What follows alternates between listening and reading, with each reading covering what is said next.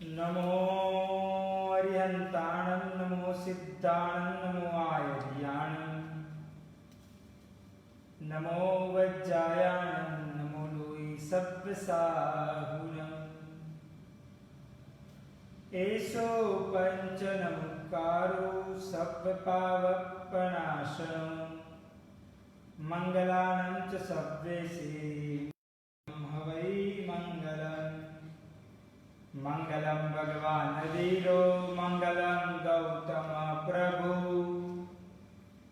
मंगलम स्थूलिभद्रात्याजैन धर्मोस्तु मंगलम सिद्ध चक्रना गुणगणा केतनावे पार वांछित पूरे दुख हरे बंधु वारिह जाय ओंकार बिंदु संयुक्त नित्यं ध्यायन्ति योगिनां कामदं मोक्षदं चैव ओंकाराय नमः अज्ञानतिमिरान्धनं ज्ञानञ्जनशलाकया नेत्रमुन्मीलितं येन तस्मै श्रीगुरुवे नमः तस्मै श्रीगुरुवे नमः।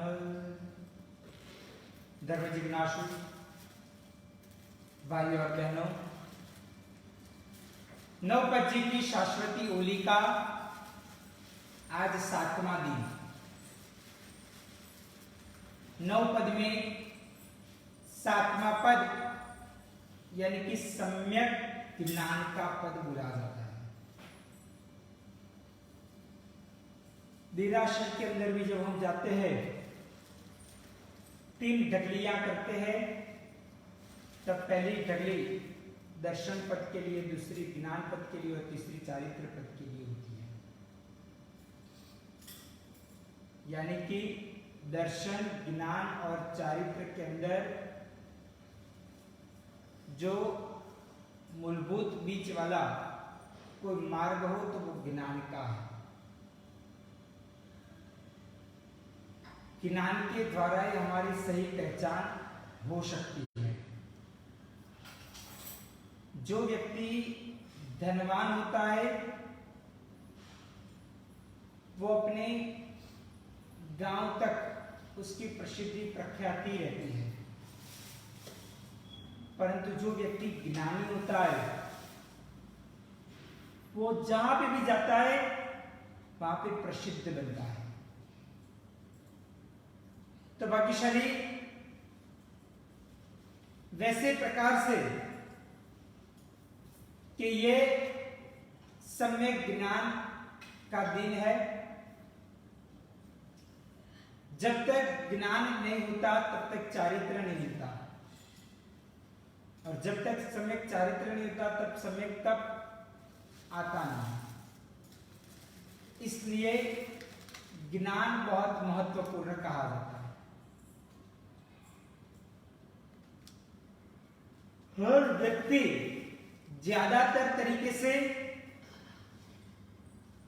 आज के जमाने के अंदर धन और संपत्ति के पीछे पागल होते हुए अधिक से अधिक पैसा प्राप्त करने के लिए, संपत्ति प्राप्त करने के लिए, धन प्राप्त करने के लिए धन के पीछे, लक्ष्मी के पीछे पागल होते हुए घूमते रहते हैं। परंतु हकीकत में कहा जाए तो ऐसा कहा जाता है कि ज्ञान के लिए भी हमें समय निकालना ही चाहिए। कुमारपाल वो हर रोज अमुक स्तोत्र, अमुक गाथाओं का पाठ हर रोज नित्य क्रम के अनुसार स्वाध्याय रूप के अंदर करते थे।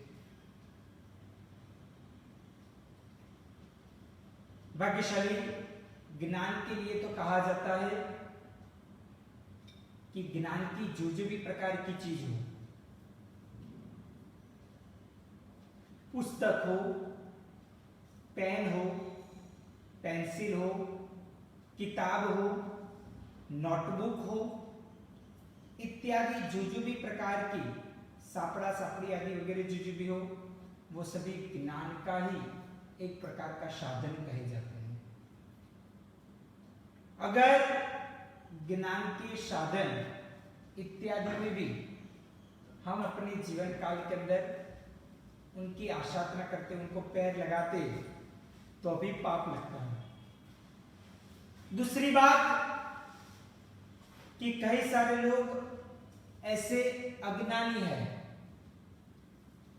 कि कई लोग अपना भोजन भी न्यूज़पेपर इत्यादि कागज आदि वगैरह के अंदर मिलाने का प्रयत्न करते, यानी कि एक प्रकार से वो भोजन इत्यादि भी उसके अंदर भरते और उसमें ही खाने का प्रयत्न करते, तो वो भी ज्ञान की एक आसाधना कही जाती है। भाग्यशाली वैसे ही जो ज्ञानी पुरुष होते हैं उनकी भी आसाधना करना, उनकी भी अवहेलना करना, उनको जैसे तैसे बोलना, वो अगर बुलाए तो जवाब नहीं देना, तो ये सभी बाबतें भी ज्ञान की आसाधना के तहत ही कहा जाता है। उनको नाराज करना, तो वो भी एक प्रकार से ज्ञान की आसाधना ही कही जाती है।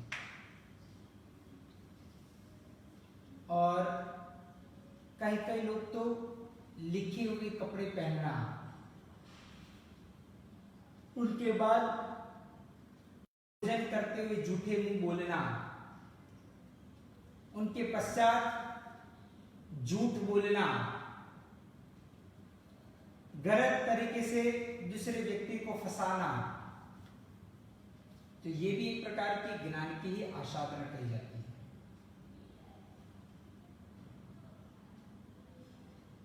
तो भाग्यशाली वैसी ज्ञान की आसाधना से बचना चाहिए।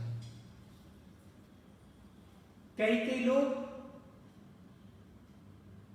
कागज के ऊपर लिखते वक्त पेन कई बार मुंह के अंदर डालते, तो वो भी एक प्रकार का ज्ञान की आसाधना कही जाती है। कई लोग बिना सापड़ा सापड़ी डायरेक्ट पुस्तक नीचे रख देना, तो वो भी एक प्रकार की ज्ञान की ही आसाधना। प्रवचन में आते हुए प्रवचन में सो जाना, तो वो भी एक प्रकार की ज्ञान की ही आसाधना कही जाती है। क्योंकि जहां पे आपको ज्ञान मिल रहा है वहां पे आपको निद्रा आती है कि जहां पे अरुचि होती है। अगर रात को 2 बजे है और आपकी अभी भी निद्रा बाकी है और आपको तब कितना भी नींद आने का प्रयत्न हुए और तब आपको 2000 रुपए के कुछ 5, 10, 15 बंडल दे दिया जाए, क्या तो बहुत अच्छी तरह से गिनेंगे और किसी भी प्रकार की निद्रा चली जाएगी। तो वही दिखा रहा है कि वहां पे रात्रि का निद्रा लेने का समय है, वही समय के ऊपर भी हमें निद्रा नहीं आती, क्योंकि वो पैसे गिनने में, पैसे के प्रति रुचि है। भाग्यशाली ज्ञान है तो हमारे जीवन काल के अंदर सभी प्रकार की चीजें है। व्यक्ति के जीवन काल के अंदर पैसा आज है कल नहीं है। कहावत भी कही जाती है कि पैसा तो हाथ का मैल कहा जाता है, परंतु ज्ञान होगा ना तो वो व्यक्ति कोई भी जगह पे जाएगा तो हर जगह पे वो आगे बढ़ पाएगा। अगर पैसा नहीं भी होगा तो अभी वो ज्ञान के माध्यम से वो नया पैसा क्रिएट कर सकता है। तो भाग्यशाली पैसा तो ऐसा कहा जाता है कि कोई बार नुकसान हो जाए तो चला भी जाए, परंतु ज्ञान जो एक प्रकार से दिमाग के अंदर बैठा हुआ हो ना तो कभी भी जाता नहीं है।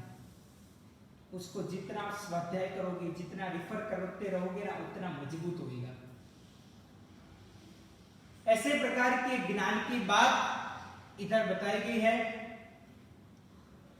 तो शॉर्ट में कहने का मतलब यही है कि ज्ञान के जो भी साधन सामग्री है, ज्ञानी जो व्यक्ति है, उनका आदर इत्यादि करने का प्रयत्न करना चाहिए। यदि हम ये नहीं करते हैं तो और तो कुछ नहीं, परंतु हमें अपने जीवन काल के अंदर बोलने में हकलाना, तुतलाना, एक शब्द बारी बारी से बोलना, बोलते हुए रुक जाना, ढंग से नहीं बोलना, ये सभी प्रक्रिया हमारे जीवन काल के अंदर आ सकती है। इसलिए हमें अपने जीवन काल के अंदर ये बात समझनी चाहिए। विशेष ये भी है कि अभी नजदीक के दिनों के अंदर ही दीपावली का पर्व शुरू होगा, तो वो समय काल के अंदर भी कई सारे बच्चे, कई सारे बड़े लोग भी पटाखे फोड़ते रहते हैं।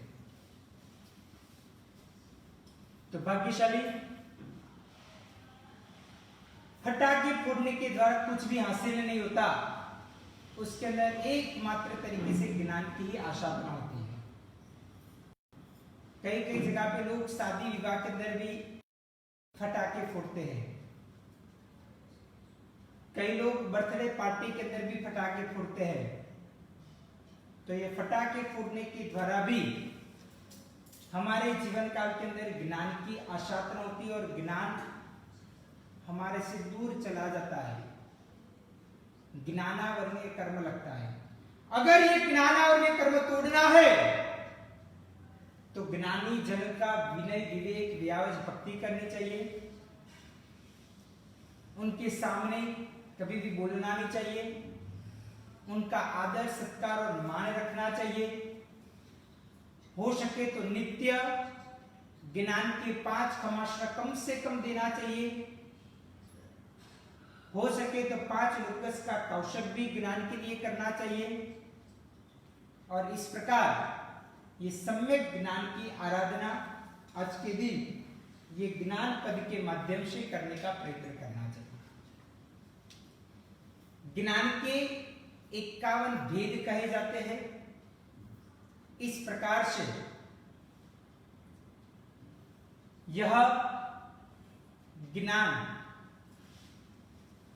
के 51 भेद के अनुसार 51 प्रदक्षिणा, 51 स्वस्तिक, 51 लोकस का कौशल और 51 क्षमाशमना, वो भी हर एक भाग्यशाली को नौपजी के आराधन के अनुसार करना चाहिए।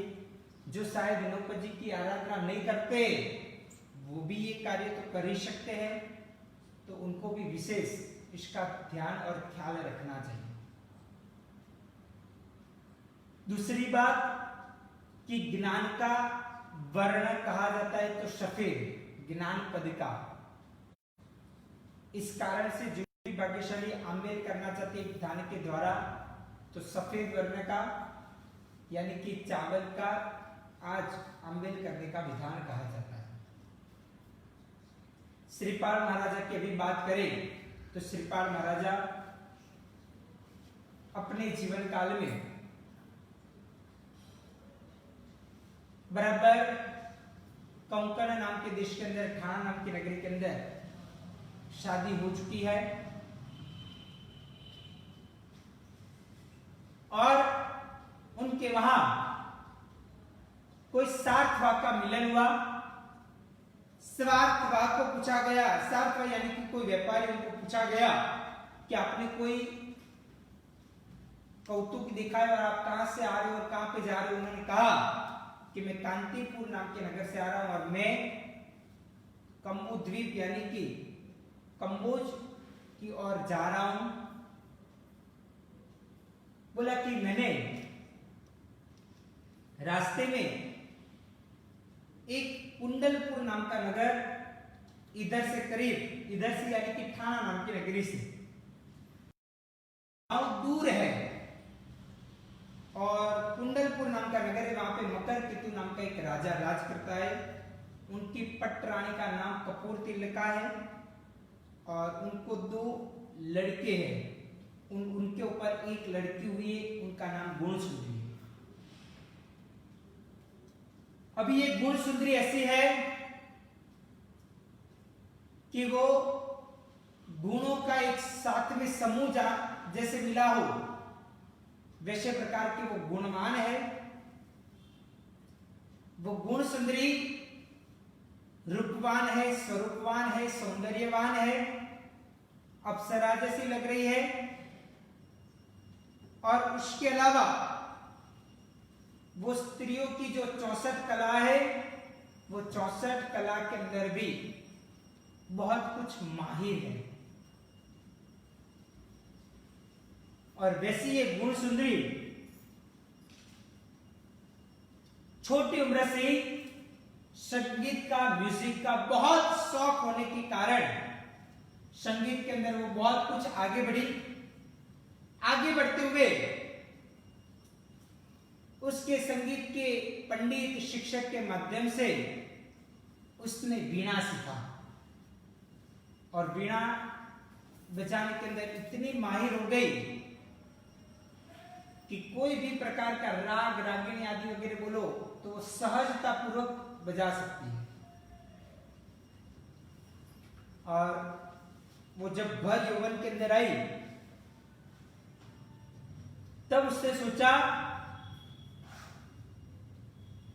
कि मेरा पति वही होगा कि जो मुझे ये वीणा बजाते हुए हरा दे,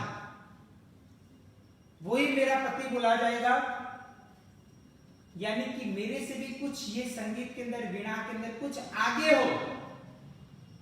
और ऐसे करते हुए उसने राजा को कह दिया और राजा ने पूरा गांव के अंदर ढंढेरा पिटाया कि जो व्यक्ति मेरी बेटी को वीणा के अंदर हराएगा वही मेरे बेटी का भावी पति बनेगा। अभी वहां पे ऐसा हुआ, गांव के अंदर हर एक व्यक्ति वीणा बजा रहा है, सभी लोग वीणा सीख रहे हैं। जैसे हमारे इधर तिरुनेलवेली के अंदर संगीत जब सिखाया जाता है तब कई बार ऐसा लगता है कि खिड़कियों में से भी सा रे, दूसरी खिड़की में से ग म, तीसरे में से प ध नी, और कोई गेट में से सा, उसका आवाज बाहर निकलता हुआ हो ना, ध्वनि का नाद लगता हो ना।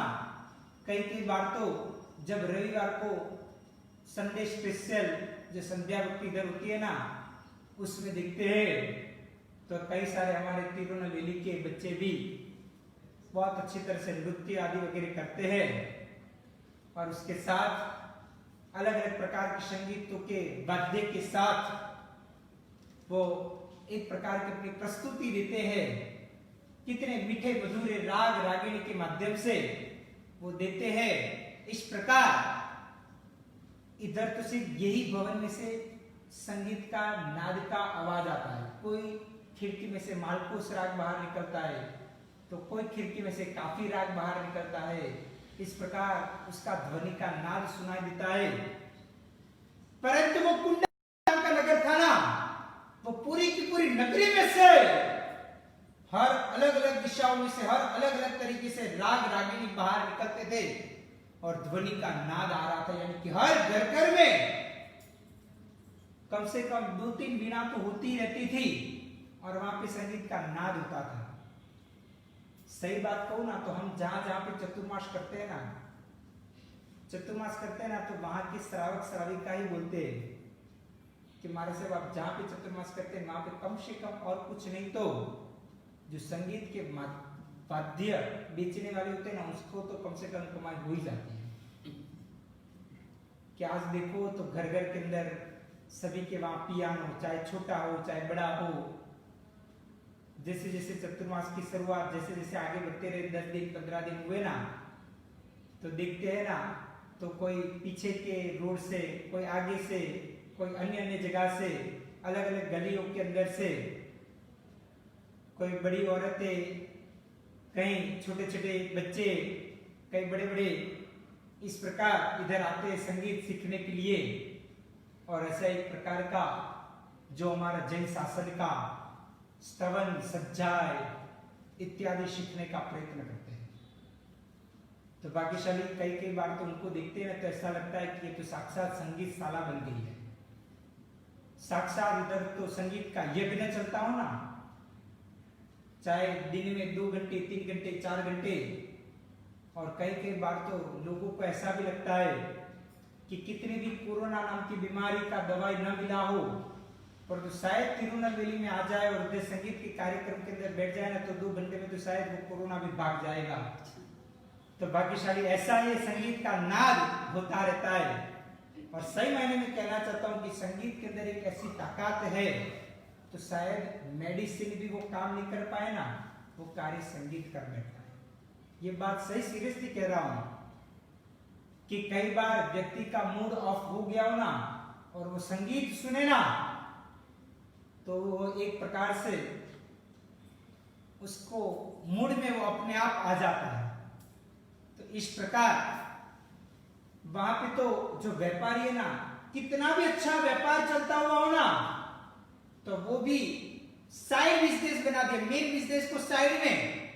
और वो लोग भी बड़े बड़े करोड़ाधिपति सेठ भी संगीत सीखने के लिए वीणा लेते हुए संगीत टीचरों के पास जा रहे, और संगीत जो टीचर थे ना, उनको भी होने लगा कि क्या बात है, अब तक हमारी कोई इतनी वैल्यू नहीं थी, आज हमारी भी वैल्यू बढ़ गई है। और इस प्रकार वहां पे सभी लोग सीखने के लिए संगीत की शाला हर गली के अंदर, कुंडलपुर नाम के नगर में हर गली गली मोहल्ले मोहल्ले के अंदर संगीत की शालाएं चल रही है, और वहां पे लोग सीख रहे। अरे वहां पे राजा के जो सेवक है ना, वो लोगों को भी होता है कि हम भी ये वीणा सीख ले, शायद हमारा भाग्य जग जाए और राजा का दामाद बनने का इतना बड़ा प्रमोशन हो जाए, तो इससे बड़ा हो ही क्या सकता है। और इस प्रकार वो भी सीखने का प्रयत्न करते हैं। तो भाग्यशाली संगीत की कुछ अद्भुत ही बात कही जाती है। कहा जाता है कि संगीत के अंदर मुख्यतः तरीके से शा, रे, ग, म, प, ध और नी, इस प्रकार 7 स्वर होते हैं। वो 7 स्वर शुद्ध कहे जाते हैं, कोमल स्वर 4 कहे जाते हैं, जो है रे, ग, ध और नी। ये सभी बातें संगीत प्रिय व्यक्तियों के लिए होती है, परंतु इधर आती है तो मैं भी आपको कुछ समझाना चाहता हूं। तो रे, ग, ध, नी वो कोमल स्वर कहा जाता है। जब कोमल स्वर की नोटेशन लिखा जाता है नोट के अंदर, तब कोमल स्वर का चिन्ह उसके नीचे अंडरलाइन आता है, उसका वो सिंबल चिन्ह कहा जाता है। सा के नीचे अगर समझ लो, रे के नीचे रे का ध्वनि कोमल होता है, तो रे के नीचे अंडरलाइन है, तो समझ लेना कि रे कोमल है। इस प्रकार तीव्र स्वर सिर्फ एक ही होता है म, और उसके ऊपर सीधी लाइन ऐसे आती है, तो वो समझ लेने का कि वो तीव्र स्वर कहा जाता है। अचल स्वर तो जो कभी भी चलित नहीं होते, वो कभी भी और कोई नहीं हो सकते, तो वो शा और प है, तो वो अचल स्वर कहे जाते हैं। कभी भी आप देखोगे तो वीणा के अंदर, केशव के अंदर, पियानो के अंदर भी अलग अलग 3 सप्तक होता है। सप्तक यानी कि 7 सुर जो होता है उसको एक सप्तक कहा जाता है। शा, रे, ग, म, प, ध, नी। 5 और 2 यानी कि 7 हुए, सा, रे, ग, म, प, ध, नी। तो ये 7 जो होता है उसको एक सप्तक कहा जाता है। वैसे 3 सप्तक होते हैं, पहला, दूसरा और तीसरा। तो इस प्रकार 3 सप्तक होता है। तो पहला जो सप्तक होता है वो मंद्र सप्तक बोला जाता है, बीच वाला होता है मिडल में वो मध्य सप्तक बोला जाता है, लास्ट में जो अंत में होता है वो तार सप्तक कहा जाता है, जो राइट साइड आता है। इस प्रकार ये 3 सप्तक होते हैं। पहला जो मंद्र सप्तक होता है वो एक प्रकार से जो वृद्ध व्यक्ति, जो बुजुर्ग व्यक्ति गाते हैं ना, उन आवाज के अनुसार ताल मिलाना हो तो मंद्र सप्तक के द्वारा बजाने का प्रयत्न होता है। मध्य सप्तक जो पुरुष वर्ग गाता हो तब बीच वाला मध्य सप्तक होता है। अंत में जब तार सप्तक आता है तो वो स्त्रियां, इनका आवाज एकदम एक प्रकार से कहा जाए तो तीना आवाज वाला होता है, तो उनके लिए वो तार सप्तक इस्तेमाल आता है। तो ऐसे 3 प्रकार के सप्तक होने का प्रयत्न होता है। 10 प्रकार के ठाट होते हैं। वो 10 प्रकार में से राग राणी कीनिया का उत्पत्ति होता है। बराबर राग और रागिणी कहां से उत्पन्न होती है? तो 10 प्रकार के ठाट में से। वो ठाट कौन से प्रकार के होते हैं? तो कहा जाता है कि एक तो कल्याण नाम का होता है, दूसरा बिलावट नाम का होता है, तीसरा खमाज होता है, चौथा भैरव होता है, पांचवा भैरवी होता है, छठा होता है आशावरी, सातवां तूड़ी, आठवां पूर्वी, नौवां मारवा और 10वां नंबर का काफी। इस प्रकार 10 प्रकार के वो ठाट कहे जाते हैं। अभी राग रागिणी का भी बड़ा परिवार होता है। जैसे आप लोगों का परिवार होता है ना, कि पति होता है तो उनकी पत्नी होती है, उनके बाल बच्चे होते हैं, उनके माता पिता होते हैं, उनके सास ससुर होते हैं, वो पूरा एक परिवार कहा जाता है। इस प्रकार इधर भी 6 राग मुख्य तरीके से कहा जाता है। ये राग में से अलग अलग प्रकार की रागणियां निकलती है। तो 6 राग मेन कौन से है?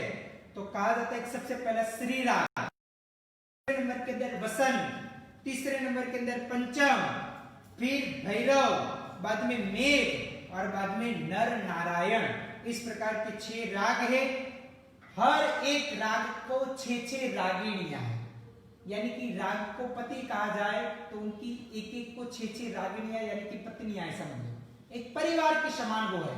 तो ऐसे एक राग को 6 रागिणी, ऐसे 6 राग को 6 रागिणी, तो कितनी होती है? 36 रागिणियां होती है। और एक राग के पुत्र कितने होते? तो एक राग के 8 पुत्र होते हैं, बराबर। तो 6 राग के कितने पुत्र कहे जाएंगे? तो 48 पुत्र होते। तो 48 पुत्र, 36 रागिणियां और 6 राग, तो कुल मिला के कितने लोग हुए? 48 पुत्र, 36 रागिणियां और 6 राग, तो कुल मिला के 90 लोगों का उनका पूरा परिवार कहा जाता है। ये संगीत भाषा के अंदर, तो ये उनका पूरा एक परिवार होता है। जब चक्रवर्ती होते हैं ना, वो चक्रवर्ती को 64,000 रानियां होती हैं, और वो 64,000 रानियां के पास में जब चक्रवर्ती जाते हैं ना, तो तब एक एक रानियां एक एक राग के द्वारा उनका स्वागत करते हैं। चक्रवर्ती भी हर रानियों के पास में एक साथ में जाते हैं, यानी कि वो भी 64,000 रूप बनाते हैं। और मूल रूप जो होता है वो पटरानी, जो मेन रानी होती है, उनके पास होता है। बाकी का रूप बनाते हर अलग अलग रानियों के पास वो जाते हैं, और वो अलग अलग रानियां जब उनको आने का समय होता है तब एक एक राग गाते हैं। तो वो अलग अलग सभी रानियां वो राग गाती है, तो 64,000 इस प्रकार होते हैं। परंतु इस अवसर पीढ़ी काल के अंदर जो चक्रवर्ती और वासुदेव, तो 12 चक्रवर्ती और 9 वासुदेव होते हैं। वासुदेव को 32,000 रानियां होती है। अभी अंत में कौन हुए? तो 9वें वासुदेव हुए, कृष्ण वासुदेव। उसके बाद में कोई वासुदेव या तो चक्रवर्ती नहीं हुए। तो वो अंत में हुए, उनकी 32,000 रानियां थी, तो 32,000 राग रागिणी आदि वगैरह कहा जाता है। तो 32,000 अभी करीब करीब वो देश यानी कि एक प्रकार से होता रहता है। और इस प्रकार 32,000 कई सारे लुप्त हो गए और कई सारे अभी भी मिला हुआ मिलता है। अभी कहा जाता है कि इस प्रकार की बात होती है। अभी ये संगीत के अलग अलग प्रकार के 9 रस होते हैं, यानी कि संगीत गाने के भी अलग अलग प्रकार के रस होते हैं। कोई कोई संगीत सुनते हैं तो उसमें से आंखों की अश्रुति की धारा निकल जाती है। जैसे कि समझ लो कोई व्यक्ति का उठामणा हो और उसके लिए कोई संगीत का काम वो कार्य रखा हो ना, तो उसमें धाम धूम वाला संगीत नहीं होता है, पर तो एकदम शांत वाला संगीत होता है, जिसमें से एक प्रकार का वैराग्य भाव प्रकट हो। व्यक्ति चला गया, उसके वीरक के अंदर वो बुला जाता है, वो बैठा संगीत होता है। तो वैसा उसको एक प्रकार का अलग संगीत कहा जाता है। के अंदर नाच गान करने का मन होता है, तो वो धाम धूम पूर्वक का होता है। बराबर कई के लोग डीजे वाला संगीत बजाते हैं, तो वैसे प्रकार का अलग अलग संगीत का रस होता है। तो वैसे 9 प्रकार के रस कहे जाते हैं। तो उसमें एक रस है श्रृंगार रस, दूसरे नंबर का रस है हास्य रस, कि जो संगीत गाते हुए हास्य उत्पन्न हुए, ऐसा भी होता है। तो वो हास्य रस कहा जाता है। कोई संगीत के अंदर करुणता पैदा होती है तो वो करुण रस कहा जाता है। कोई रस के अंदर रौद्रता पैदा होती है कोई संगीत के अंदर तो वो रौद्र रस कहा जाता है। किसी के अंदर वीर रस, जैसे कोई युद्ध आदि वगैरह पहले के जमाने के अंदर होता था ना, तो तब राजा महाराजा के वहां सैनिकों को पोरस चढ़ाने के लिए ऐसे वो एक प्रकार का गायन आदि वगैरह उनके सामने गाए जाते थे, जिसके द्वारा उनको देश के प्रति, गांव के प्रति, अपने राज्य के प्रति, अपने नगर के प्रति एक पोरस चढ़ता था और वो शूरवीरता आते हुए वो एक प्रकार से युद्ध करने के लिए, उनका खून गर्म करने के लिए इस प्रकार गाया जाता था, तो वो एक वीर रस कहा जाता है। दूसरा एक प्रकार का रस है जो भयानक रस। उसके बाद एक प्रकार का बीभत्स रस कहा जाता है, एक अद्भुत रस भी होता है और एक शांत संगीत वाला शांत रस भी होता है। वैसे कुछ 9 प्रकार के ऐसे रस संगीत के अंदर कहे जाते हैं। अभी मैंने जो एक प्रकार से आपको कहा सा रे ग म प ध नि, तो उसके भी एक प्रकार का विस्तार रूप नाम कहे जाते हैं, जैसे कि सा का नाम षडज कहा जाता है, रे का नाम ऋषभ कहा जाता है, ग का नाम गंधार कहा जाता है, म का नाम मध्यम कहा जाता है, प का नाम पंचम कहा जाता है, ध का नाम दैवत कहा जाता है और नि का नाम नि श द इस प्रकार कहा जाता है। तो ये एक प्रकार के उसके अलग अलग नाम है। जो सा होता है वो एक प्रकार से नाभि से बोला जाता है, रे होता है वो हृदय से बोला जाता है, गंधार होता है वो छाती में से बोला जाता है, म जो है वो कंठ में से बोला जाता है, पंचम का प है वो मुख में से बोला जाता है, वो तालवे में से बोला जाता है और निषद का न है वो नासिका में से बोला जाता है। अलग अलग पशु पंखी भी इस प्रकार बोलने का प्रयत्न करते हैं। अभी कई लोगों को लगेगा कि ये संगीत की बातें क्या हमारे जैन शासन के अंदर भी आती है, तो कहा जाता है कि जैन शासन वो सर्वांगी शासन है। उसके अंदर ज्योतिष की भी बात आती है, मंत्र की भी बात आती है, संगीत की भी बात आती है, तत्वज्ञान की भी बात आती है, कर्म ग्रंथ की भी बात आती है, सभी प्रकार की बात आती है, क्योंकि वो सर्वांगी शासन है। कोई हमारा जैन शासन आधा अधूरा शासन नहीं है, आधा अधूरा ज्ञान वाला नहीं है। ये सभी प्रकार की बाबतों का विवरण 45 आगमों के दौरान अनुयोग द्वार नाम की आगम के अंदर ये संगीत की काफी प्रमाण के अंदर बातें का विवरण हमारे जैन शासन के अंदर भी बोला जाता है।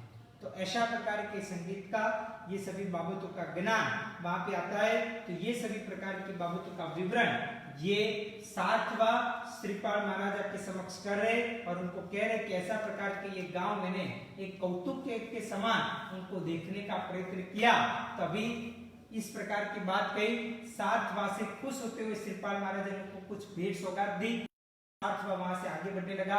श्रीपाल महाराजा घर पे जाते हुए सोचने लगे कि मुझे भी कुंडलपुर नाम के नगर के अंदर जाना है, पर इधर से 800 गांव दूर वो आया हुआ है, कैसे जाऊंगा।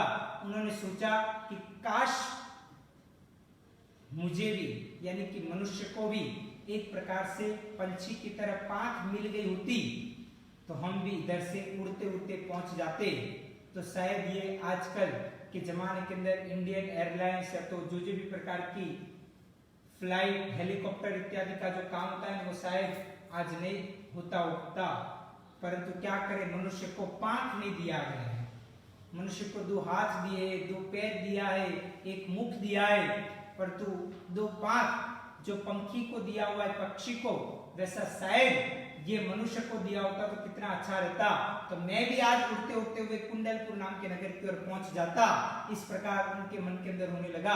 परंतु बाद में वो सोचने लगे कि अरे मुझे ये सब कुछ सोचने की क्या जरूरत है, मेरे पास में तो सिद्ध चक्र महाराज है और सिद्ध चक्र महाराज को मैं याद करूं, बस मेरे सभी प्रकार की मनोकामना परिपूर्ण हो जाती है। भाग्यशाली ऐसी श्रद्धा हमारे अंदर होनी चाहिए कि बस कभी भी आफत आए ना तो मेरे पास नमस्कार महामंत्र है। कोई लोग कहे कि मेरे पास धन है, दौलत है, इज्जत है, आबरू है, पद है, प्रतिष्ठा है, तब कम से कम हमारे अंदर भी ये बात अंदर से निकलनी चाहिए श्रद्धापूर्वक तरीके से कि कोई बात नहीं, मेरे पास देव गुरु और धर्म है, तो बस सब कुछ मेरे पास आ गया। ये है तो जैन शासन का दुनिया का सब कुछ सुख मुझे मिल गया है। ऐसी प्रकार की भावना अंदर होनी चाहिए, ऐसी आनी चाहिए। तो भाग्यशाली ये श्रीपाल महाराजा के जीवन काल के अंदर ये भावना थी और उन्होंने तय कर दिया कि कुछ भी हो जाए बस सिद्ध चक्र जी का आराधन करूं। और सिद्ध चक्र जी का आराधन करते हुए उन्होंने एक प्रकार से विमलेश्वर देव को याद किया और विमलेश्वर देव हाजरा हजूर हुए, क्योंकि सच्ची श्रद्धा पूर्वक तरीके से यदि देवी देवता को भी याद किया जाए निस्वार्थ वृत्ति तरीके से या तो सच्ची श्रद्धा पूर्वक तरीके से, तो वो भी प्रत्यक्ष या तो परोक्ष तरीके से काम तो करते ही है। तो इस प्रकार इनको याद किया और प्रत्यक्ष तरीके से वो विमलेश्वर देव हाजरा हजूर होते हुए कहा कि अब बेफिक्र है, आप जरा भी चिंता मत कीजिए, बस अभी मैं आपको यही कह रहा हूं कि आपको क्या काम है। उन्होंने बोला कि मुझे इधर से कुंडलपुर नाम के नगर की ओर जाना है, अभी मैं क्या करूं। उन्होंने बोला कि मैं आपको एक हार आपको देता हूं, और ऐसे करते हुए श्रीपाल महाराजा को हार पहना दिया। और ये हार का कुछ अलग ही प्रताप है कि यह हार के माध्यम से आप कोई भी कला का ज्ञान प्राप्त कर पाओगे। आपको संगीत का ज्ञान प्राप्त करना है, आप सिर्फ मन में सोचो कि मुझे संगीत आ जाए, तो अपने आप आपके मुंह से संगीत की कुछ अद्भुत बातें निकलती रहेगी। संगीत आपको अपने आप आ जाएगा, आपको कोई टीचर के पास, शिक्षक के पास, पंडित के पास जाने की जरूरत नहीं पड़ेगी। अगर आपको लगे कि मुझे कोई अन्य कोई बिजनेस का ज्ञान प्राप्त करना, तो वो भी आपको मिल जाएगा। ये हार के माध्यम से आपको कोई जगह पे जाना हो तो आकाशगामी विद्या के माध्यम से आप उड़ते हुए जा पाओगे। ये दूसरे नंबर की बात है। तीसरे नंबर के अंदर आप कैसा भी प्रकार का रूप आप आपका बना सकते हो। आप चाहो कि मुझे कोई कुबड़े का रूप बनाना, तो वो भी बना सकते हो। आप चाहो कि मुझे सामने वाला व्यक्ति जैसा है वैसा ही रूप बनाना है, तो वैसा भी रूप बना सकते हो। आप जैसा चाहोगे वैसा रूप बना पाओगे। और चौथे नंबर के अंदर ये हार के नवन जल के माध्यम से कैसा भी सर्प का दंश हुआ हो, तो उसका भी एक प्रकार से ये नवन जल के माध्यम से उनका जहर आप आपके जीवन काल के अंदर से दूर कर सकते हो। तो इस प्रकार बात कहते हुए विमलेश्वर देव ने और भी कहा कि और भी कुछ काम हो, कोई जरूरत हो, तो आप मुझे बेफिक्र याद करना, मैं जरूर आपके वहां हाजरा हजूर होने का प्रयत्न करूंगा। और तुरंत ही वो गायब हो गई, यानी कि विमलेश्वर देव अपने स्थान के अंदर गए।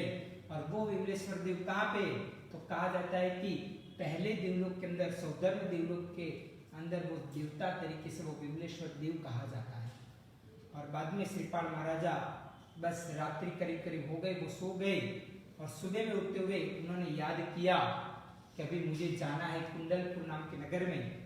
और आंख बंद करते हुए, जैसे अभी आंख खुली और देखा तो थाना नाम की नगरी, आंख बंद करते सिर्फ सोचा कि मुझे कुंडलपुर नाम के नगर में जाना है, और आंख खुली तो तब तो वो पहुंच गए थे कुंडलपुर नाम के नगर में। और वहां पे कुंडलपुर नाम के नगर के अंदर उनका प्रवेश हुआ। देखा तो वहां का जो वॉचमैन था ना, उसके हाथ में भी एक छोटी सी वीणा थी, और वो भी कुछ ना कुछ बजाने का प्रयत्न कर रहा था कि शायद मेरा भी भाग्य खुल जाए। तो एक हाथ के अंदर, लेफ्ट हैंड के अंदर ऐसे वीणा, और दूसरे हाथ के अंदर एक तार ऐसे घुमाने का प्रयत्न कर रहा था, और संगीत के कोई सुर इस प्रकार बजा रहा था। तो वो सोचने लगे कि क्या बात है, इधर तो आते हुए प्रवेश के वक्त के अंदर ही व्यक्ति संगीत संगीत संगीत संगीत सुनाई देता है, क्या बात है। जैसे ही अंदर गए, गांव के अंदर हर गली और मोहल्ले के अंदर गए, तो हर घर के अंदर से संगीत का नाद हो रहा था। हर घर के अंदर पुरुष वर्ग संगीत बजा रहे थे। कोई ऐसा नहीं कि चलो सुबह 10 बज गए, 10:30 बज गए, बिजनेस का समय हो गया तो दुकान में जाए, नहीं। वो तो सुबह में उठते हुई बिना बजाने लगे कि अभी प्रैक्टिस करते करते करते करते रहेंगे, तो आने वाले 1 महीने के बाद जब ये राजा के वहां एग्जाम है और उसके अंदर हम पास हो गए, यानी कि वो रानी, वो राजा की लड़की को हरा दिया, तो फिर शादी उनके साथ हो जाएगी। तो बाद में तो हमारी पूरी जिंदगी न्याय हो जाएगी, हमें और कुछ करने की। और इस प्रकार वो संगीत बजा रहे, और श्रीपाल महाराजा देख रहे कि क्या बात है, ये तो ऐसा लग रहा है कि जैसे ये तो कुंडलपुर नाम का नगर नहीं, परंतु ये कोई म्यूजिक की यूनिवर्सिटी ना हो, स्पेशल उस प्रकार ही लग रहा है। और वैसे हर एक व्यक्ति वीणा लेते हुए और वहां पे बजा रहे, और सभी लोग टाइम टू टाइम वीणा लेते हुए, बड़े बड़े बुजुर्ग लोग भी जिनको करीब करीब सफेद बाल भी आने की शुरुआत होने लगी है, तो वो भी आज तो वीणा लेते हुए सीखने के लिए गए कि शायद हमारा भी भाग्य जग जाए। शायद उनको भी होने लगा कि अभी हमारा बुढ़ापा नहीं, अभी तो हमारी और भी जवानी कुछ नई तेजी का रंग लाएगी। इस प्रकार वो अपने जीवन काल के अंदर कुछ आगे बढ़ते हो ना, तो इस प्रकार श्रीपाल महाराज देखते हैं और कई बार उनके भी मुंह के ऊपर हास्य हो जाता है। उन्होंने भी सोचा कि चलो मैं भी इधर कुछ वीणा लेते हुए सीखने के लिए जाऊं, परंतु उनको तो सब कुछ ये हार के प्रताप के माध्यम से आ गया था, परंतु जानबूझ के उन्होंने कुबड़े का रूप लिया। कुबड़े का रूप यानी कि एक प्रकार से मुख बड़ा और पेट छोटा, पैर भी छोटे और पीछे से कुंद निकली हुई हो, यानी कि धीरे धीरे ऐसे चलता हुआ वैसा व्यक्ति। एक बार आप कल्पना भी करो, आप मन के अंदर ऐसा सोचो कि कोई व्यक्ति का मुंह बड़ा हो और शरीर का बाकी का पूरा भाग छोटा हो, एकदम ठिंगू की तरह लगता हो, और उसमें से पीछे से कुंद निकली हुई हो, ऐसे घूमता हुआ चलता हो, पूरा की पूरा काला काला शरीर के अंदर हो, और शरीर के अंदर भी कई सारे प्रकार के गुमड़े आदि गिरे हुए हो, और उसका नाक बड़ा हो और आंखें छोटी हो, कान भी बड़े हो, और इस प्रकार वो लगता हो, तो कैसा वो व्यक्ति लगे? थोड़ा विचित्र प्रकार का, कि सब कुछ जो क्रम के अनुसार होना चाहिए वैसा नहीं, परंतु कुछ अलग ही प्रकार का। कोई हाथ, एक हाथ बड़ा हो और एक हाथ छोटा हो, सोचो तो कैसा लगता होगा। और ऐसा प्रकार की कुबड़े का रूप जानबूझ के सभी को हास्य करवाने के लिए लिया, और एक छोटी सी वीणा लेते हुए वो अभी वहां पे जा रहा है, और जाते हुए और उनके पास जाते हुए उनको ऐसे नमस्कार किया और करते हुए वीणा सीखने के लिए उनके पास बैठा। तब सभी लोग हास्य करने लगे कि क्या बात है, ऐसे ऐसे व्यक्ति भी सीखने के लिए आज आ गए कि जिनको देखते हुए भी रूप तो क्या, और ये तो साक्षात पूर्व का स्वामी है ऐसा लग रहा है।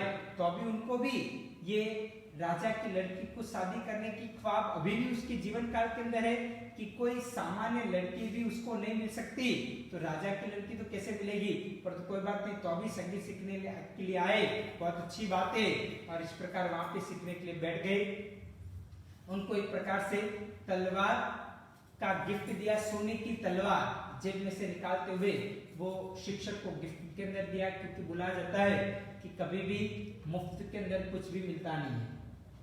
आज के जमाने के अंदर आप भी बताओ, मार्केट के अंदर तो आप घूमते हो, आज के जमाने के अंदर क्या मुफ्त में मिलता है? कुछ भी नहीं मिलता है। अरे सलाह भी किसी के पास मांगने के लिए जाओ तो उसका भी पेमेंट लगता है। आज उसका भी बिजनेस चलता है कि हम आपको सलाह देंगे कि क्या करना चाहिए क्या नहीं, बिजनेस कैसे चलाना, उसका भी हम आपको प्रवचन देंगे, हम आपको समझाएंगे, आपको मोटिवेशन करेंगे, उसका भी चार्ज होता है। बड़ी बड़ी कंपनियों के लोग, उसके मैनेजर, उसके एमडी, वो सभी उसका स्पेशल वो सुनने के लिए जाते हैं, उनका वो एक प्रकार का एग्जीबिशन जैसा लगे, और उनका प्रवचन सुनते हैं कि बिजनेस भी कैसे बढ़ाना, उसकी सलाह सूचन वो देते हैं। जो लोग हकीकत में 1000, 2000, 5000 करोड़ का टर्नओवर या तो बिजनेस इधर से उधर करने वाले हैं, वो लोग भी वहां पे सुनने के लिए जाते हैं और बड़ी बड़ी फी चुकाते हुए उनको सुनते हैं। तो भाग्यशाली ऐसा भी एक प्रकार का ये समय होता है कि सलाह देने का भी समय यानी कि पैसा लगता है। तो भाग्यशाली कुछ भी चीज मुफ्त में मिलती है। वो कुबड़े ने भी इस प्रकार सोने का एक तलवार उनको गिफ्ट के अंदर दिया और बाद में बोला कि आप मुझे सिखाओ।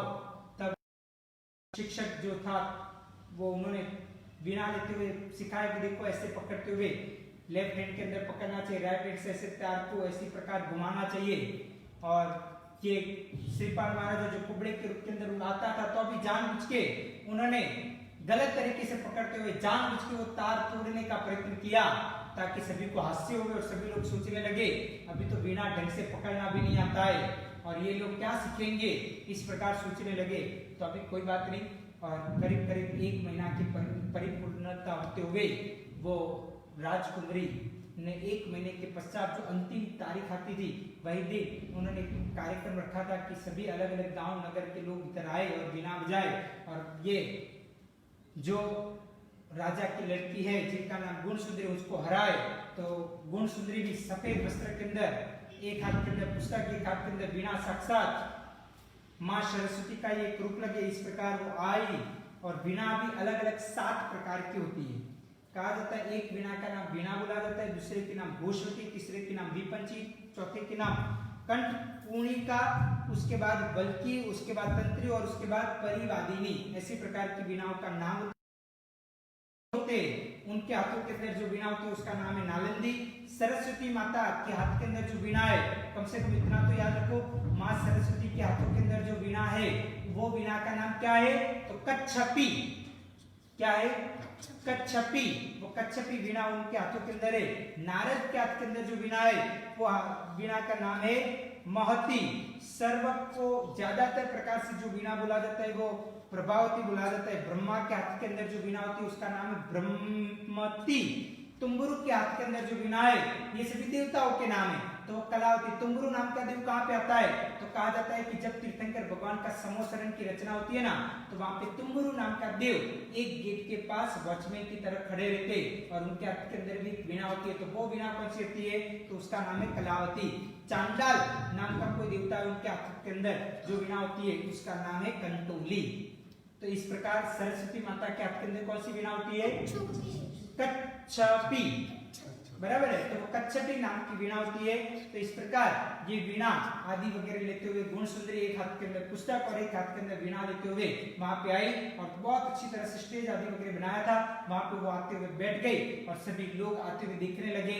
और तब वो कुबड़े के रूप के अंदर श्रीपाल महाराज ने भी प्रवेश किया और साक्षात पूरा की पूरा एक जैसा बनाया हो ना, वैसे आजू बाजू में सभी लोग बैठ सकते हैं। वैसे कोई नीचे बैठे, कोई ऊपर, कोई ऊपर, कोई ऊपर, कोई ऊपर, उसके ऊपर, इस प्रकार पूरा चारों ओर एक बीचों बीच एक स्टेज बनाया था। वहां पे ये गुणसुंदरी बैठी है और संगीत अच्छी तरह से बजाने के लिए वो आतुर हो चुकी है। सामने माँ सरस्वती माता का बहुत बढ़िया वाला फोटो आदि वगैरह लगाया है, दिया धूप आदि वगैरह किया गया है और बहुत अच्छी तरह से ऐसा ही लगे कि कुछ लाभ पंचमी या तो ज्ञान पंचमी होती है ना, उसका दिन ना आया हो, ऐसा प्रकार का आविर्भूत स्वरूप लगता है। और ऐसा वहां पे दिखाई दे रहा है। और वहां पे हर एक व्यक्ति भी वीणा लेते हुए आए हैं और वहां पे कुबड़े के स्वरूप के अंदर श्रीपाल महाराज ने प्रवेश किया। तब जाते हुए वो पहरेदार ने उनको मना कर दिया कि आप तो रूप वाले हो, आपको अंदर आके क्या फायदा है। उन्होंने बोला तो चिंता मत कर। वो जेब में से एक सोने का कुछ रत्न निकाला, अरे हीरे रत्न का कोई रत्न निकाला और उनको दिया कि लो। और तुरंत ही पहरेदार ने अंदर उनको एंट्री दी और कोई एक स्थान उन वहां पे जाते हुए वो कुबड़ा वहां पे बैठ गया और तो वो सभी के बीच में गया ताकि सभी को पता चले कि ये भी व्यक्ति आया है इधर। और ऐसे जानबूझ के वो वहां पे एक जगह पे अंदर बैठ गए जहां से ये गुणसुंदरी अच्छी तरह से उनको देख पाए। इस प्रकार वो बैठ गए और बैठते हुए सभी लोग बैठ गए थे। और ये श्रीपाल महाराजा ने सिर्फ गुणसुंदरी को ही श्रीपाल महाराजा का सही स्वरूप और श्रीपाल महाराज साक्षात उनको अकेले कोई दिखाई दे रही है, बाकी के सभी को कुबड़े का रूप ही दिखाई देता है। ऐसा रूप उसने खुद ने बना दिया श्रीपाल महाराजा ने। और उनके बाद सभी लोग हार जाते हैं, परंतु जब श्रीपाल महाराजा का समय आता है तब वो आते हैं। और जब जैसे वो आए तो तुरंत ही वो गुणसुंदरी ने मनोमन तय कर दिया कि ये तो साक्षात कामदेव का स्वरूप लग रहा है और ये व्यक्ति अगर मुझे ये वीणा के अंदर जीत लिया ना, तो मैं समझूंगी कि मेरा ये संसार, मेरा एक प्रकार का इस संसार का सुख मुझे बहुत अच्छी तरह से मिल पाएगा। इस प्रकार मैं मनोमन सोच रही हूँ, यानी कि मेरा इस संसार भी एक प्रकार से स्वर्गमय बन जाएगा। परंतु यदि ये उससे वो नहीं मुझे जीत पाया तो मुझे लगेगा कि मैंने किया हुआ ये एक प्रकार की प्रतिज्ञा भी बहुत गलत प्रकार का कर दिया, यानी कि ये मुझे कैसे भी जीत पाए, ऐसी एक प्रकार की मनोकामना उनके अंदर होने लगी। और जैसे वो श्रीपाल महाराज आए और वो जो गुणसुंदरी की वीणा लेते हुए उसने जैसे बजाने का शुरुआत किया, जैसे हाथ टच किया और तुरंत उन्होंने कह दिया कि ये वीणा अंदर से गर्भवती है। गर्भवती है यानी कि उसका अंदर का जो लकड़ा है ना वो एक प्रकार का जला हुआ है, इसलिए ये जले हुए लकड़ी के द्वारा वो बजेगा नहीं और खुद ने पूरा की पूरा वीणा खोल दिया और खोलते हुए वो जला हुआ लकड़ी को बाहर निकाला और उसके बाद में वापिस वो वीणा को ज्वाइंट करते हुए उन्होंने ऐसा वीणा का नाद बजाया कि जब तक उसके अंदर जला हुआ लकड़ा रहेगा तब तक आवाज उसका नाद अच्छा नहीं निकल पाएगा। और ऐसे करते हुए वो दूर किया और बाद में वो पूरी वीणा को फिटिंग करते हुए उन्होंने ऐसा बजाया कि वो गुण सुंदरी भी देखने लगी कि क्या बात है, ये तो हकीकत में ये तो जीत गए मुझे। और इस प्रकार सभी लोग उनका वीणा का नाद सुनते हुए शयन करने लगे, यानी कि निद्रा लेने लगे। जैसे कई बार प्रवचन इतना मधुर होता है, कई बार सामने वाले व्यक्ति को इतनी भयंकर नींद आ जाती है कि कई बार तो ऐसा लगे कि महाराज साहब कितने भी बड़े बड़े आवाज के द्वारा बोले ना, पर तो ऐसा लगे कि पुराने जमाने के अंदर कुंभकर्ण का स्वरूप होता रहता था, पर तो शायद उनके वंश के कोई लोग इधर सामने बैठे हुए होंगे, ऐसा कई बार हमें लगता है। तो बाकी शरीर वैसे सभी लोग वहां पे सोने लगे और श्रीपाल महाराजा ने यानी कि कुबड़े के स्वरूप के अंदर वो संगीत थोड़ी देर ऐसे ही रखते हुए सभी के मुकुट आदि वगैरह जो राजा महाराजा या तो जो भी थे उन सभी के मुकुट और हार आदि वगैरह वो सो रहे थे इतनी गाढ़ निद्रा के अंदर कि वो घरेना आभूषण सब कुछ निकालते हुए एक साइड में लगा दिया, बाद में वापिस आते हुए वो वीणा बजाने लगे। और ऐसे करते हुए जब वो जगे तब उन्होंने एक दूसरे के सामने देखा, पता चला कि हमारे मस्तक के ऊपर जो पागड़ी आदि वगैरह होना चाहिए, मुकुट आदि वगैरह होना चाहिए, कहाँ पे गया। देखते हुए पता चला कि सभी का एक साथ में रख दिया है। और तब जाते हुए सभी सोचने लगे कि क्या बात है। और ये श्रीपाल महाराजा ने बहुत अच्छी तरह से वीणा आदि वगैरह बजाई और गुण सुंदरी ने वो वरमाला लेते हुए ये श्रीपाल महाराजा को पहना दिया। और तब जाते हुए वहां पे गुण सुंदरी के पिता यानी कि मकर केतु राजा और कपूर तिल्ला का उन्होंने आते हुए कहा कि आप आपका सही रूप बताओ, क्योंकि आप ये रूप वाले नहीं हो, ये रूप वाले थोड़ी इतना अच्छा बजा सकते, इसलिए आप इतना अच्छा बजाते हो तो आपके अंदर कोई ना कोई रूप परिवर्तन की शक्ति या कुछ होना चाहिए, आप आपका सही स्वरूप बताओ। तब जाते हुए उन्होंने अपना सही स्वरूप श्रीपाल महाराजा का दिखाया और तब जाते हुए उनकी शादी आदि वगैरह होने का प्रयत्न किया। तो 5वें नंबर की कन्या के साथ शादी हुई। सबसे पहले नंबर की कन्या कौन थी?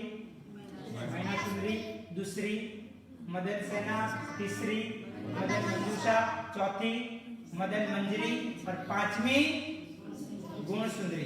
तो इस प्रकार 5 सुंदरी के साथ शादी हो गई। अभी 6ठी कन्या के साथ शादी करने के लिए वो जाएंगे, तो उसके पहले कहा जाता है कि एक प्रकार से वहां पे कुंडलपुर नाम के नगर के अंदर कोई युवक उनको मिला और उन्होंने ये युवक ने श्रीपाल महाराज को कहा कि इधर से नजदीक में यानी कि करीब 300 योजन दूर इधर कंचनपुर नाम का एक नगर है और वहां पे एक प्रकार का वज्रसेन नाम का राजा है, उनको कंचन माला नाम की एक रानी पटरानी है। उनको 4 पुत्र के ऊपर एक लड़की हुई है। जैसे कहा जाता है कि 4 वेद के ऊपर एक उपनिषद यानी कि एक लड़की हुई है, उनका नाम है त्रैलोक्य सुंदरी। परंतु वहां पे वो त्रैलोक्य सुंदरी के लिए उनके पिताजी ने स्वयंवर की रचना की है, यानी कि सभी प्रकार के पुरुष वर्ग आएंगे, मेरी बेटी को जो अच्छा भावी पति लगेगा उनके गले के अंदर वरमाला पहनाएंगे। इस प्रकार उन्होंने कार्यक्रम रखा है और वो कल सुबह में होने वाला है।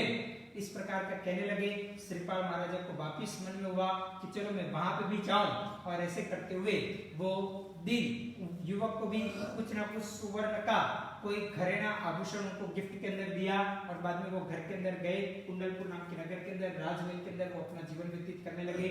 और रात्रि को सोते हुए सुबह में उठते हुए उन्होंने सोचा कि मैं कंचनपुर नाम के नगर में पहुंचूं।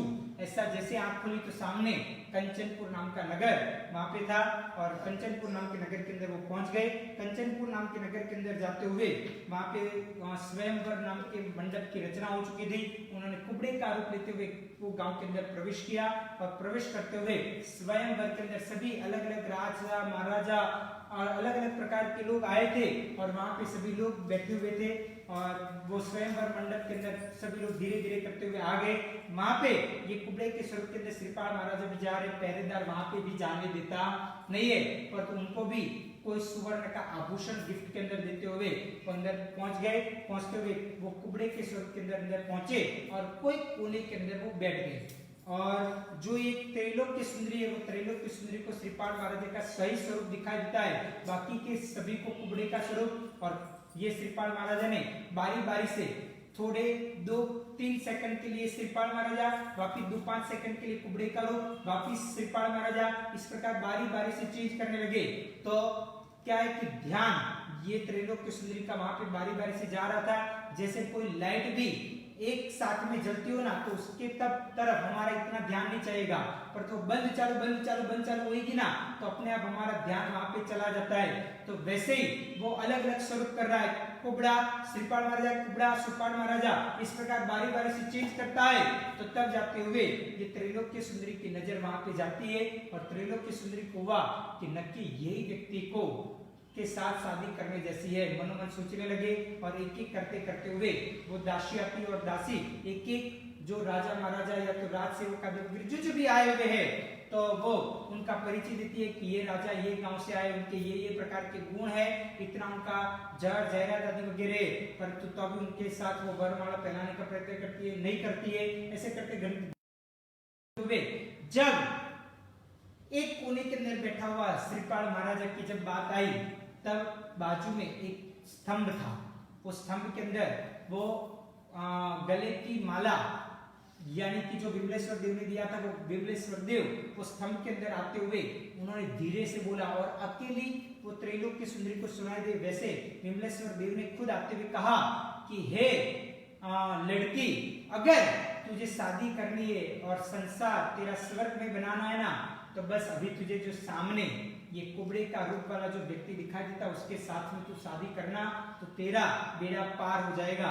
इस प्रकार वहां पे कुछ उनको भास होने लगा कि स्तंभ में से भी ऐसा आवाज आ रहा था। तो तुरंत ही जाते हुए उन्होंने कुबड़े के स्वरूप के अंदर जो श्रीपाल महाराजा थे उनको एक प्रकार की माला पहना दी और श्रीपाल महाराजा ने जो बारी बारी से रूप परावर्तित कर रहे थे श्रीपाल महाराजा कुबड़ा, उसमें से अभी श्रीपाल का रूप बंद करते हुए कुबड़े का रूप अकेला रख दिया और कुबड़े को जैसे माला पहनाई हो वैसे सबको लगने लगा। सबने बोला कि ये नारी यानी कि त्रैलोक्य सुंदरी तो बालक है और कोई छोटी बालिका है, यानी कि उसको पता नहीं चले और गलती से कर दिया। इसलिए वहां पे सभी लोग बोलने लगे ये कुबड़े को, हे कुबड़ा, तू तेरे गले में से ये वरमाला निकाल दे और उसको वापिस दे दे, क्योंकि ये वरमाला तेरे गले के अंदर सूखती नहीं है। तब श्रीपाल महाराजा के कुबड़े के स्वरूप के अंदर जो आए थे उन्होंने कहा कि हरे दुष्टो, याद रखना कि पर स्त्री के ऊपर, क्योंकि ये स्त्री ने सामने से मुझे मेरे गले के अंदर माला पहनाई है और अभी ये स्त्री मेरी कही जाती है, और पर स्त्री के ऊपर नजर डालना तो बहुत बुरी आदत कही जाती है और उसका पाप आपका अभी उदय में आया है। लाओ मेरी नंगी तलवार के सामने, आप सभी एक साथ में युद्ध करने के लिए आ जाओ।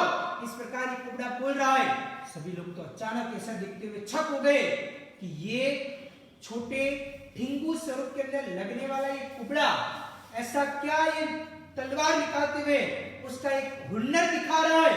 और ये देखते हुए सभी लोग वहां से भागने लगे, उनका शौर्यता देखते हुए, एक हिम्मत देखते हुए भागने लगे। और तब जाते हुए वहां पे ये वज्रसेन राजा और कंचनमाला रानी आई, उन्होंने कहा कि आप क्या असली स्वरूप दिखाओ, आपका रूप दिखाओ। तब श्रीपाल महाराजा का सही स्वरूप दिखाया और तब जाते हुए त्रैलोक्य सुंदरी के साथ ये श्रीपाल महाराजा की शादी करवाई और त्रैलोक्य सुंदरी के साथ ये छठी पत्नी श्रीपाल महाराजा की हुई। एक साथ में छह पत्नी एक बार देख लेते कौन सी हुई, नहीं तो वापिस हम वासवी भवन की तरफ भूल जाएंगे। तो वापिस देख लेते। सबसे पहली पत्नी का नाम क्या था? हाँ, मैनासुंदरी। दूसरी पत्नी का नाम मदन सेना, तीसरी मदन मंजूषा, चौथी मदन मंजरी, पांचवी गुण सुंदरी और छठी त्रैलोक्य सुंदरी। इस प्रकार 6 पत्नी हो चुकी है। अभी भी आगे 2 दिन ही नौपजी के ओली के बाकी है और अभी भी 3 शादियां बाकी है।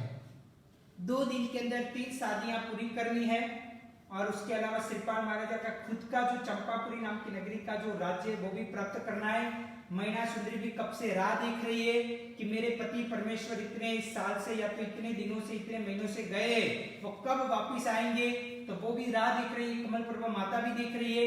तो सभी का मिलन किस प्रकार हो पाएगा, उस सभी बाबतों का विवरण हम आगे के प्रवचन के अंदर देखेंगे। आज इधर तक रखते हैं। वितरा की आज्ञा विरुद्ध कुछ भी बोला तो मिच्छामि दुक्कडम।